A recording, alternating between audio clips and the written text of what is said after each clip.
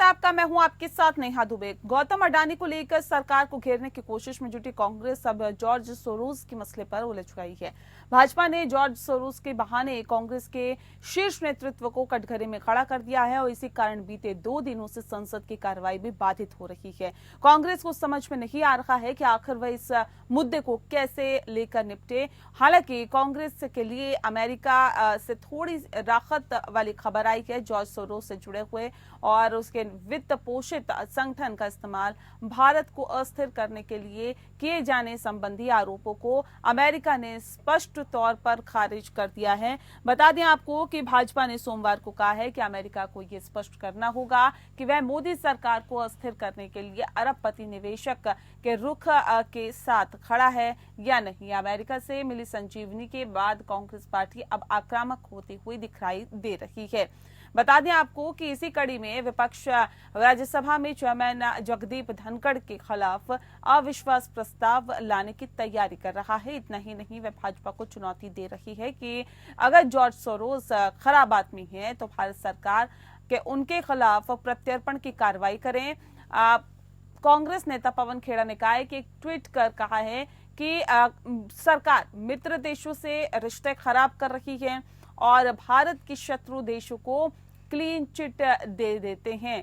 ऐसे में सोरोस अगर इतना बड़ा मुद्दा है तो प्रत्यर्पण की कार्रवाई की जाएगी और इसमें कीजिए ना, आप प्रत्यर्पण की कार्रवाई कीजिए। उन्होंने आगे कहा है, आगे लिखा है कि ये भी बता दीजिए कि भाजपा के किस किस नेता के बच्चों को विदेश में शिक्षा के लिए किस फाउंडेशन से स्कॉलरशिप मिली है। इंडिया फाउंडेशन और विवेकानंद फाउंडेशन को चीन से कब और कितना पैसा मिला। स्पेन इंस्टीट्यूट से एस जयशंकर के पुत्र के क्या संबंध रहे। जर्मन मार्शल फंड से उनके क्या संबंध रहे। उक्त दोनों संस्थाओं के जॉर्ज सोरोस से क्या संबंध है। बीजेपी राज्यसभा सांसद सुधांशु त्रिवेदी ने कहा है कि सुनियोजित तरीके से भारत विरोधी प्रयोग चल रहा है और उन्होंने कहा कि कांग्रेस का हाथ विदेशी ताकतों के साथ है। ये अब स्पष्ट रूप से दिखाई दे रहा है। कांग्रेस देश की हालत बदतर बनाना चाहती है। इससे एक दिन पहले भाजपा ने आरोप लगाया था कि सोनिया का संबंध सोरोस फाउंडेशन की वित्त पोषित संगठन forum of democratic leader Asia Pacific foundation से है, जिसने कश्मीर के एक स्वतंत्र राष्ट्र के रूप में विचार का समर्थन किया है। त्रिवेदी ने दावा किया कि Sonia Gandhi FDL AP foundation की सह अध्यक्ष हैं। उन्होंने कहा कि वहीं जॉर्ज सोरोस हैं जिन्होंने खुले तौर पर वादा किया था। उन्होंने मोदी सरकार को अस्थिर करने के लिए $1 अरब का निवेश किया।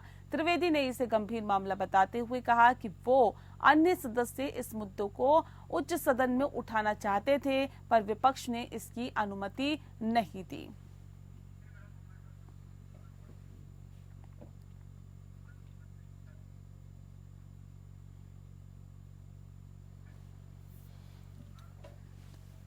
और चलिए इस विषय पे तफसील से चर्चा करते हैं। खास मेहमान हमारे साथ मौजूद है, उनसे आपका परिचय करा देते हैं। इस वक्त हमारे साथ आलोक वत्स जी हैं, प्रवक्ता है बीजेपी के। स्वागत है आलोक जी आपका।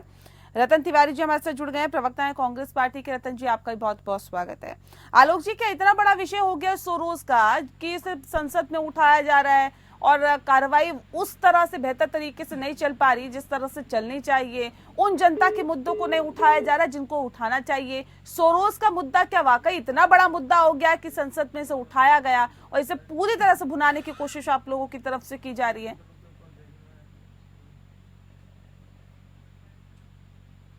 आलोक जी, आपकी आवाज हम तक नहीं पहुंच पा रही। चलिए एक बार फिर से आपसे संपर्क साधने की कोशिश करते हैं। रतन जी, देखिए बार बार ये आरोप भारतीय जनता पार्टी की तरफ से लगाए जा रहे हैं कि भारत को अस्थिर करने की साजिश कांग्रेस की तरफ से की जा रही है। कांग्रेस का हाथ जो है वो ऐसे लोगों के साथ है, ऐसी ताकतों के साथ है जो भारत को अस्थिर करने की कोशिश कर रहे हैं। देखिए नेहा जी, भारतीय जनता पार्टी पूरी तरीके से देश का ध्यान जो है वो भटकाना चाहती है। हम सदन के अंदर आए थे किसानों की बात करने, अडानी के भ्रष्टाचार की बात करने, महिलाओं की सुरक्षा की बात करने, तमाम बहुत सारे जो मुद्दे हैं जो देश में चल रहे हैं उस मुद्दे के आधार पे हम सदन में बात करना चाहते थे। ठीक है। लेकिन भारतीय जनता पार्टी उस मुद्दे का ध्यान विपरीत दिशा में करके सोनिया गांधी जी के जन्मदिन के शुभ अवसर पर ऐसे भ्रामक तरीके से ध्यान भटकाना चाहती है जो मुद्दे से कोई तालमेल नहीं रखता। मैं तो बार बार इनसे कहता हूं कि अगर विषय पे आप चर्चा कराना चाहते हो तो लोकसभा अध्यक्ष जी को चिट्ठी लिखिए और कहिए कि हम सोरेस के ऊपर हम चर्चा करना चाहते हैं, तो चर्चा होगी, दो हाथ कर लेंगे। लेकिन आज वो विषय बिल्कुल अलग है।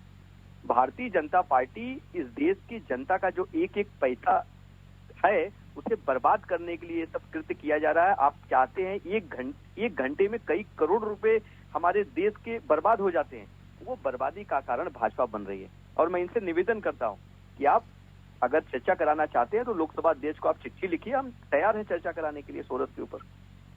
ठीक है आलोक जी, आवाज मिल पा रही है आपको?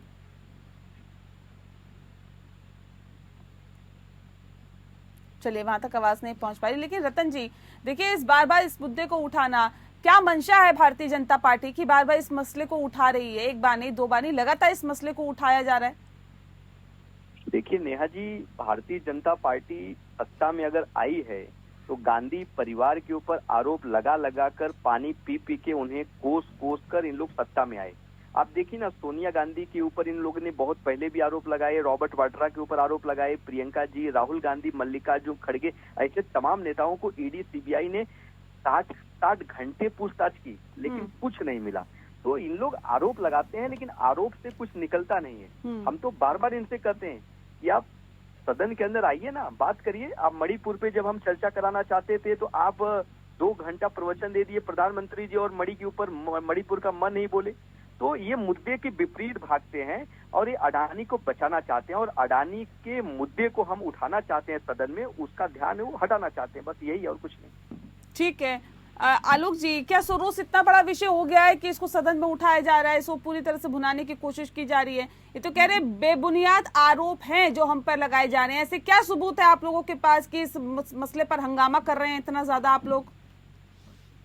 देखिए, अगर ये बात है तो इनके पास अडानी ये चिल्लाते रहते हैं, तो क्या सबूत है अडानी का मोदी जी से? जो इनके पास प्रूफ है तो ये दिखाएं जी। लेकिन ऐसे बेबुनियाद, देखिए सोरेस एक बदनाम व्यक्ति है। ये इसने जिस तरीके से धन कमाया है उसकी भी इतिहास है कि हंगरी में पैदा हुआ, ब्रिटेन में भी रहा बहुत दिनों तक, और ब्रिटेन में इसने वहां के जो यूरो है उसको शॉर्ट सर्किट करके इसने अरबों रुपया कमाया। उसके बाद इसने बहुत सी विदेश में सरकारों को अपदस्थ करने, ये स्टेबलाइज करने का काम किया है। ये मंसूबा पाले हुए है कि कश्मीर को एक अलग राष्ट्र बनाकर दम लेंगे। और ये सोनिया गांधी जिन संगठनों से की सह अध्यक्षा है वो जॉर्ज सोरेस के द्वारा फंडेड फाउंडेशन है। तो इन चीजों को नहीं, इसका क्या सबूत है कि फंडिंग वहां से मिलती है, जॉर्ज सोरेस से मिलती है? कि जॉर्ज सोरेस की जो फाउंडेशन है वो उनको फंडिंग करती है। जैसे कि आपको ये जो इनका एक है forum of democratic leaders in Asia, जिसकी ये सह अध्यक्षा है DCAP, वो जॉर्ज सोरोस के द्वारा फंडेड है, संगठन से जुड़ी हुई है। तो इसका ये स्पष्टीकरण दे। ठीक है रतन जी, जवाब दीजिए। ये तो कह रहे थे कि फंडिंग वंडिंग का भी आरोप लग रहा है सीधे सीधे कि जिसकी अध्यक्ष सोनिया गांधी है, ऐसे कई संगठनों को फंडिंग मिलती है सोरेस के जरिए। नहीं, मैं इनसे कहना चाहता हूं कि अगर फंडिंग कांग्रेस पार्टी ने सोरेस जी से लिया है तो आप प्रूफ करिए ना। अब कैसी बातें करते हैं आप, हवाई फायरिंग करते हैं। आप उसको लाइए, पत्रकार परिषद लीजिए, वो दिखाइए कि देखिए कांग्रेस पार्टी ने सोरेस से पैसा ले लिया है। अरे आप डायरेक्ट पैसा लेने की बात नहीं है। Forum of democratic leaders in Asia जो एक फोरम है उसकी ये सोरेस जी किसको पैसा देते हैं, क्या करते हैं? आप सोनिया गांधी डायरेक्ट फंडिंग आ रहा है और इसके सारे मूव एंटी नेशनल है। ये कश्मीर को हर हालत में वहाँ पर एक राष्ट्र बनाने का इसका सपना मंसूबा पाले आरोप लगा रहे हैं।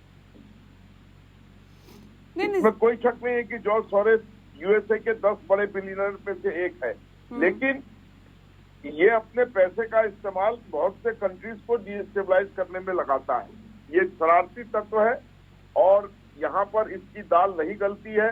सिर्फ कांग्रेस में ही ये घुसकर अपने मंसूबे को अंतिम अंजाम देने की कोशिश कर रहा है। भारत को अस्थिर करने की कोशिश कैसे की जा रही है?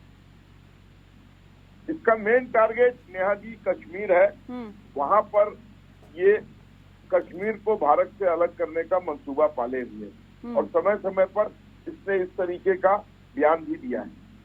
ठीक है रतन जी, देखिए ये भी तो यही बात कह रहे हैं कि अडानी का क्या विषय था जो आप बार बार ये कहते हैं कि अडानी और मोदी की साठगांठ है, अंबानी और मोदी की साठगांठ है, कह रहे हैं ऐसे ही आरोप आप लोगों पे लग रहे हैं, अब साबित कर सबूत ढूंढते रहिए।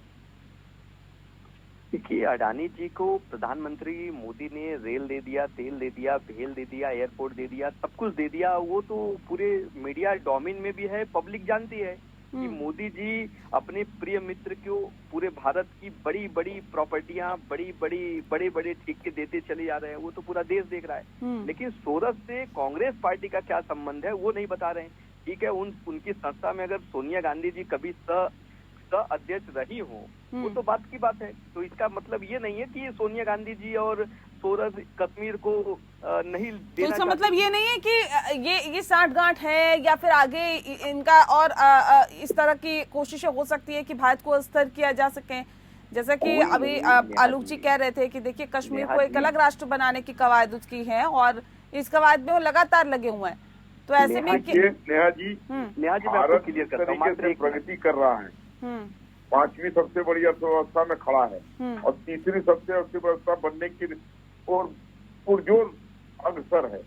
तो बहुत सी विदेशी शक्तियां भारत के इस राइट को नहीं देख पचा पा रही हैं। वो चाहती हैं कि किसी तरीके से यहाँ पर हम कुछ ऐसा करें कि ये भारत की इकोनॉमी को ठेस लगे। और जितनी रेटिंग एजेंसियां हैं वर्ल्ड की, सबका ये एक मत मानना है कि India is the fastest growing economy in the world and the safest place to invest.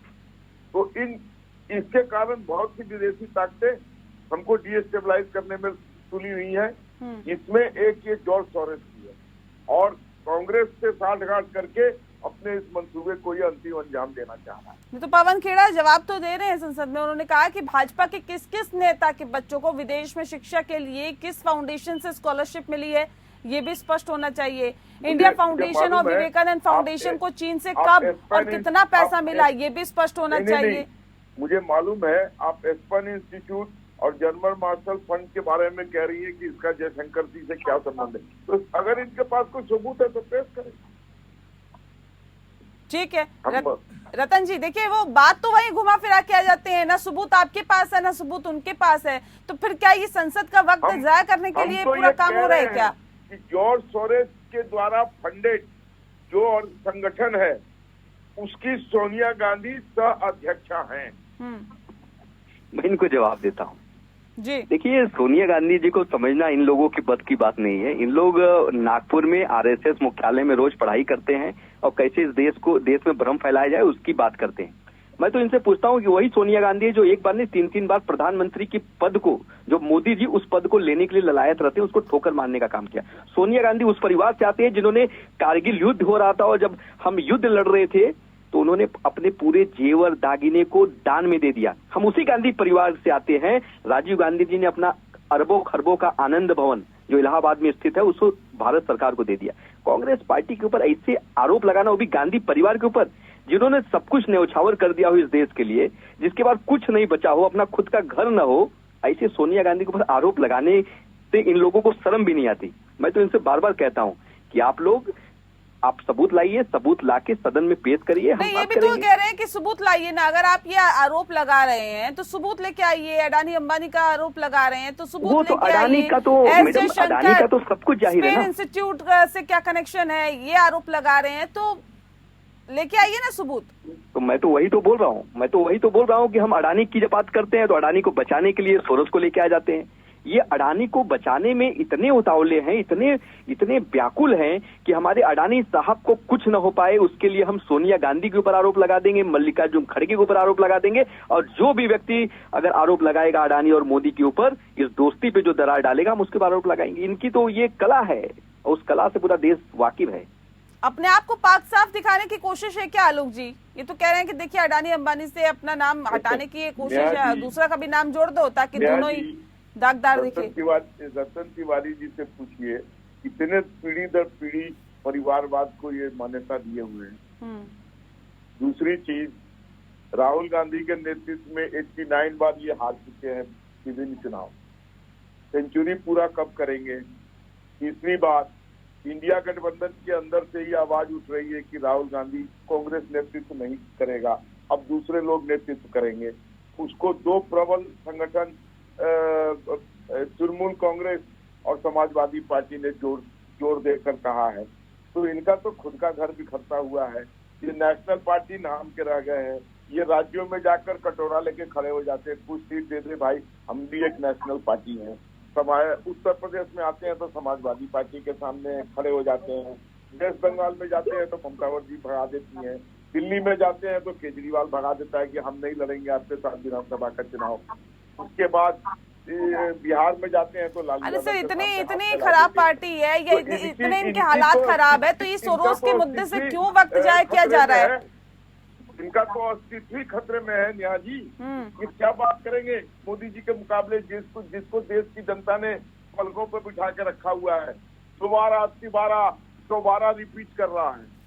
ठीक है, देखिए इनके जो हालात हैं वो इनको समझना है, लेकिन सवाल इस बात को लेकर, ये सोरोस का मसला जो आज संसद में उठाया जा रहा है, कल भी उठाया गया था, ये सवाल इस बात को लेकर है कि आखिर इन मसलों से देश की जनता को क्या मिल रहा है?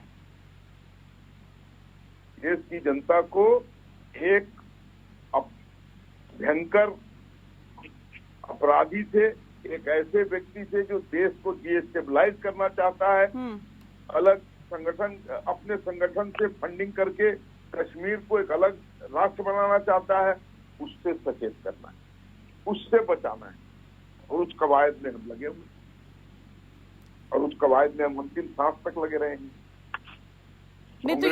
ये तो कांग्रेस, आप कह रहे कांग्रेस के हालात खराब है, बाकी सब चीजें ठीक है, लेकिन उसके बाद अगर इस तरह के ये जो बातें मैंने कही, कोई क्या मतलब नई बात कही है? पूरा देश जानता है, रतन तिवारी जी भी जानते हैं उनकी क्या हालत है।